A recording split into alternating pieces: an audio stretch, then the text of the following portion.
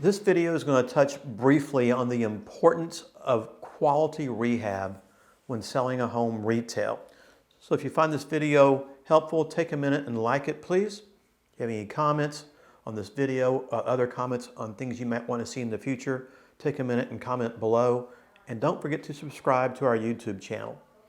So guys, I cannot tell you how important it is to do a quality rehab, especially if you intend to sell your house retail. So many investors came up in the community today when we were on this almost vertical curve of houses selling everywhere in the country. That has now petered back out, we're flattening off, and so now you need to be able to market your home well. And going in and cutting corners, it's not a big cost expense to do a rehab that little bit better, spending a few more dollars on a nice frame mirror versus unframed, a little bit nicer faucet, that fuzz better quality flooring possibly, making sure you remove any imperfections in walls so you do a proper paint job and tape bed and texture job as well. All these things add up, so when that seller walks in the home, they want to see a nice house. Now, one of my pet peeves is having awesome curb appeal. Now, you don't have to go over the top, but the first thing anybody sees at a house is, of course, the front of the home when they pull up. And if that doesn't look good, the impression when they first walk in the house is going to be bad. So get the front of the house looking as good as possible, as quick as possible, so as people drive by, they will at least inquire in the home, even though they may not be able to get inside the house yet. Get the yard cleaned up, the outside repairs done to paint, so the house looks good. And then as you move to the interior of the home, eliminate the negatives. It doesn't mean that you have to accentuate the positives per se, as I've always said, but you want to make sure all the negatives are done. Make sure things that don't work, work. If you have to remove something, remove it and eliminate it. But having negatives in a property just turns people off. And what happens is it delays your marketability. And remember, marketability of a home equals time, and time equals money in the real estate investment business.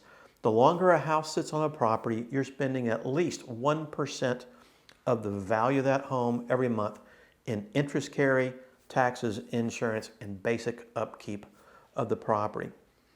So take a moment, don't try to cut corners too quick. Get a house looking good, and too many investors think that just because it is adequate that it's going to sell because you might be in a hot market.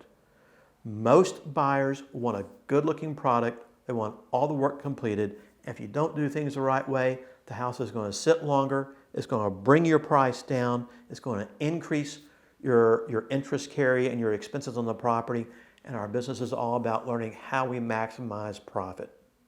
So let me give you an example of what I mean by just doing a lower end rehab.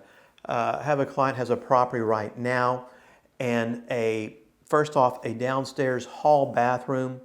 You walk into it, and it may have been what the prior owner wanted, but it isn't what the general population want. You need to know what the general population is looking for. Look at what your competition has out there through online pictures, through all the various online marketing sites along the way, and clean things up. That little bit of work goes a long way to be more appropriate. Just because it might be something you would like, maybe it's something that, as I said earlier, a prior seller may have liked, it doesn't mean it's what the general population wants. Further, in this same particular home, the master bathroom is really closed in. Now, to clean it up right and to make it more open and more attractive would probably cost an additional $5,000. Well, the problem here is instead of spending that money on day one, which would have greatly helped this house to sell, the house has been sitting for months and months and months, and the price of the house has dropped now some $20,000 to $25,000. So which one is more important? Spending that extra $5,000 up front, or losing $25,000 in sales price as well as marketability because you didn't do a few things to make the house more attractive to the general population?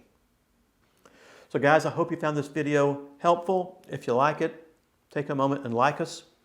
Don't forget to comment below and subscribe to our YouTube channel. And if you want more information in how to run the owner finance business and how to be successful at it, and to have all the tools that you need in the seller finance business, take a moment and visit us over at theownerfinancenetwork.com. We'll see you guys next time.